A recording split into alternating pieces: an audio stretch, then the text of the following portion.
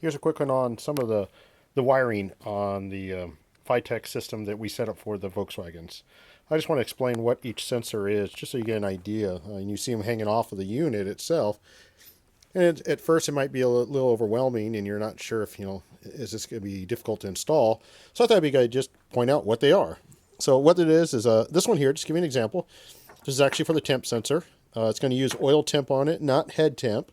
We need to see an oil temp. We get to dictate the time of how long it takes for the unit to chase the warm-up procedure, or to enrich in and maybe alter timing, whatever it takes to chase that, basically. It's going to get its signal directly from the sensor. I like to put this in the Type 3 port in a Type 1 case, or you can also put it in the sump. You can also put it in the oil filter location. Just anywhere where we can get an oil temperature. If you don't have means of doing that, we can supply a fitting that'll go in line on any one of the full flow oil lines, basically. Your next one is not probably going to be used that much, but this is for nitrous. One of the neat things about this unit is at the plug, so when you plug these in, at the plug and at the end of the wires, it tells you what each wire is. So you kind of, I don't want to say dummy proof, but you kind of can't mess it up. So you don't have to worry about hooking up the wrong wires or anything like that. This is mostly for your nitrous stuff. It also has outputs for fan control. So this one says right here, I don't know if you can see it. Maybe not. Maybe not. Probably not. Cheap phone. Not going to happen. This is basically the main harness for the NOS application stuff, though. Not really going to be used all that much for most of the guys. I mean, some of them will be using it. So this is the mother load, I guess, of the harness. So this is going to have your battery input. It's going to have your yellow wire, which is going to be your fan control. And there is two separate fan controls in here, and you can set the temperature on and the temperature off of the fan. So you can make them come on really early, really late, whatever you want. It's all done by the controller.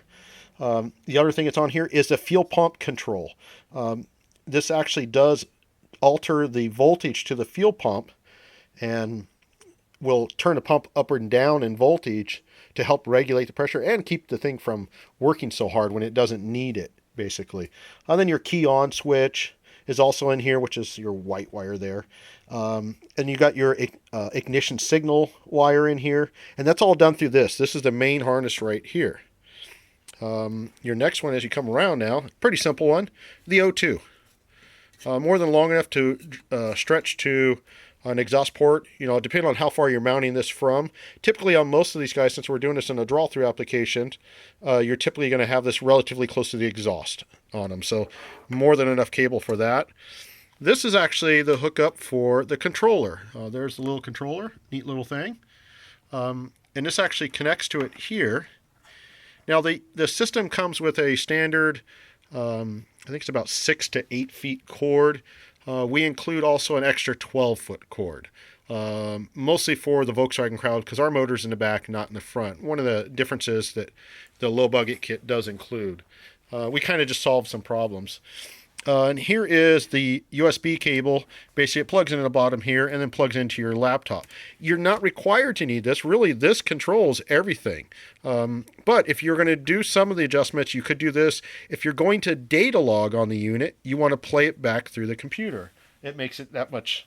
You can't really view it through the unit itself. You view it through your laptop.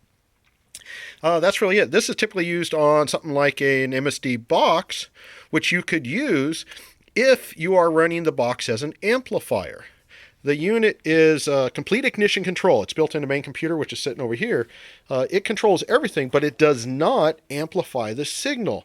I like to use the old rule of 20 pounds of boost needs an amplifier. So if you're going above that, great.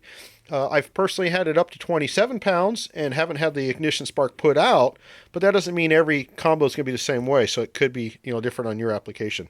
All right, so there you go. There's wiring. Kind of gives you a quick little thing.